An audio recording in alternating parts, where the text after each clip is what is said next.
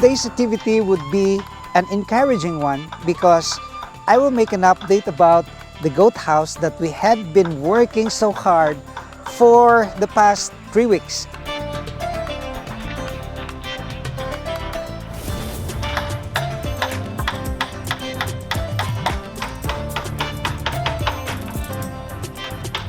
And now you will see that it's almost done.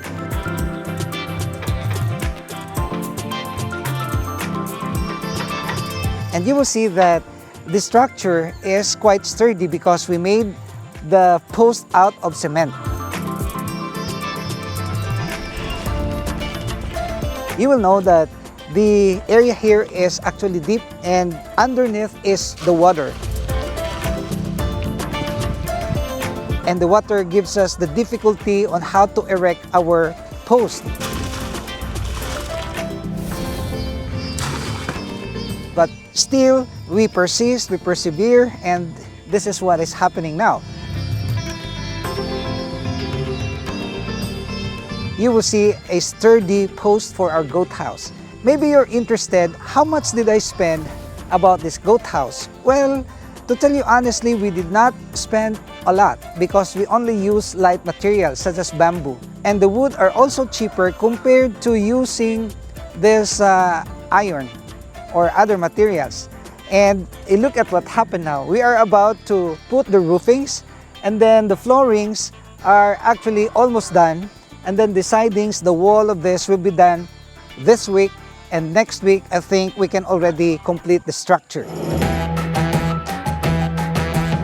Another exciting activity for this day, for this vlog, is actually to harvest the remaining fruits that are already due for harvest.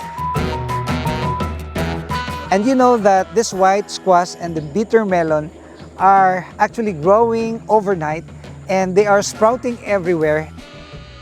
And this is the reason why we're gonna harvest now, because if they get matured, then they will become useless, meaning that the people will eat this when they are young fruits.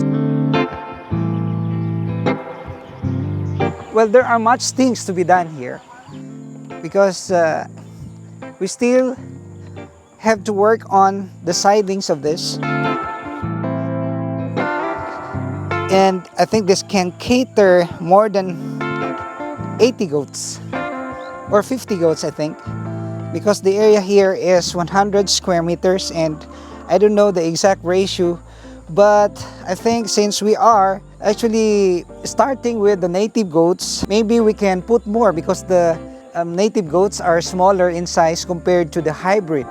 But the main objective in the future is to be able to produce hybrid goats in this farm. I'm just doing it very slowly because, you know, if we will directly jump into it, meaning we will buy good materials and then spend a lot of money, and if something will happen, our investment will be just in vain. So I'm studying it and trying to adapt a system here. And we will make improvements. Maybe this is a progressive plan that we can still move on this part and then do another housing for other animals like chickens, like the lizards and the birds. So this is a farm that I envision to happen, and maybe we can in the future invite our friends, our visitors to come here and enjoy with us watching over our pets. I would like to ask your suggestion. The gap between the bamboos as flooring, I made it 1/2 inch, and I'm quite doubtful about the gap. Maybe it will just damage our goats. You can do some suggestions. We haven't tried this yet, but the gap is less than 1 inch. So I think I'm skeptical, I'm doubtful about it, but we can always make some adjustments. But for the meantime, we will just leave it as it is, and then we will put our goats here, and if this is gonna be working good for them, then we will adapt the system. So this is the background of this goat house. You will see the scenery, and it's filled with natural birds, wild birds actually. And you will see that they are eating insects on top of the water spinach. They're eating shells or snails. And then my plan is to preserve them because it's so rare to see birds like this, wild birds, in an area like this. Well, they are not anymore disturbed because they're used to it, and I strictly prohibited hunters to hunt birds in this area. And this is what is happening right now. I hope that even we gonna develop this area, the birds will still thrive in here. Of course, we will not destroy their habitat because this is the place where they gonna eat their food. And this is the main reason that I'm so inspired to preserve them, because they are also an attraction to our visitors.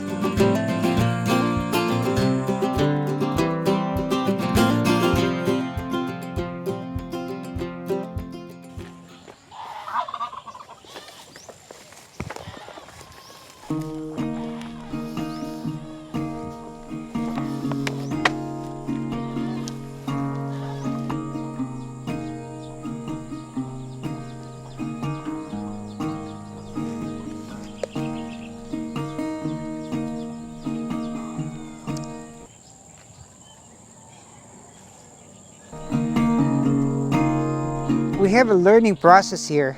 I'm not a goat farmer, and I'm trying to become one, of course, and we're trying to develop a system, learning from our experiences what are the best approaches towards a successful goat farming.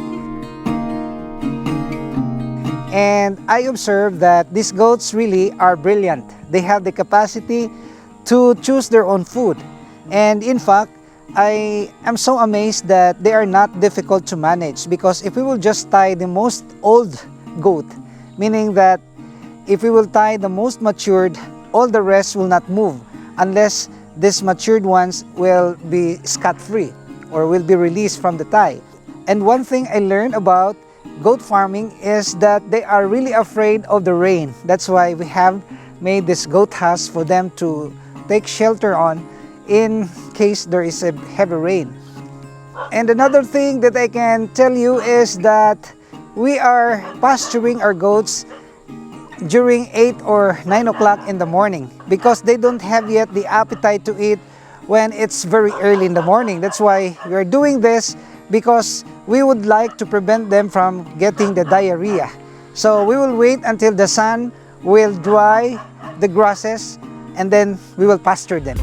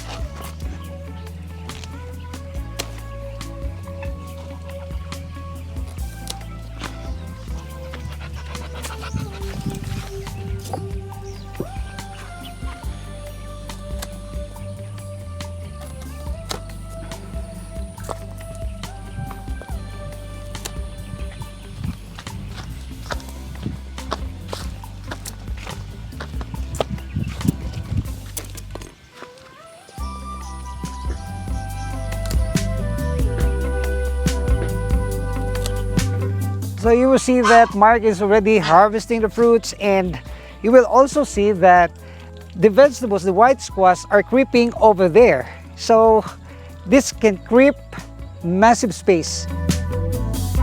So you will see that there are so many fruits, and there are small fruits of this bitter melon, plenty of them. And over there you can see also that there are still fruits for our white squash. And I would like to remind you that we are practicing organic, agriculture. We use the rabbit poop, we have the compost bin and compost everything, and then use the soil for our vegetables. And we're doing this regularly. So I would like to practice organic activities so that we can support or produce organic vegetables.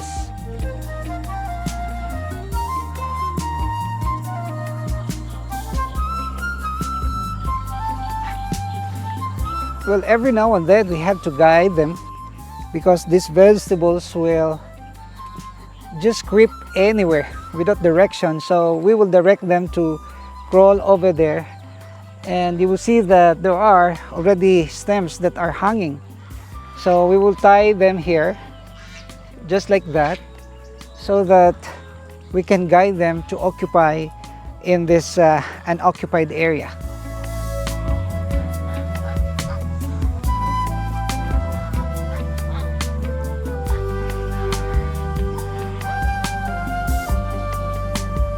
So I'm fixing this one so that when they're gonna crawl over here, we will prepare another batch of trellis right here, so that we can do another space trellis for our vegetables. I'm planning to put here some watermelon and sayote. This sayote is also very saleable, and this is what we're gonna do in our future vlogs. So for the meantime, just be excited as we are reaping the fruits of our labor. We're harvesting it, and the seeds of perseverance, you know, resiliency and hard work is actually the instrument, of course, faith in God, why we became successful in this farm. So thank you guys for watching. I hope that you will continue to like and share our videos, and please subscribe if you are not subscribed to this channel yet and this is your first time to stumble upon this channel. I would like to ask you to support me for this quest to inspire others, to share my ups and downs, and to share some techniques and knowledge to those people who are into farming. So thank you guys, and I would like to see you in my next video only here at Dexter's World.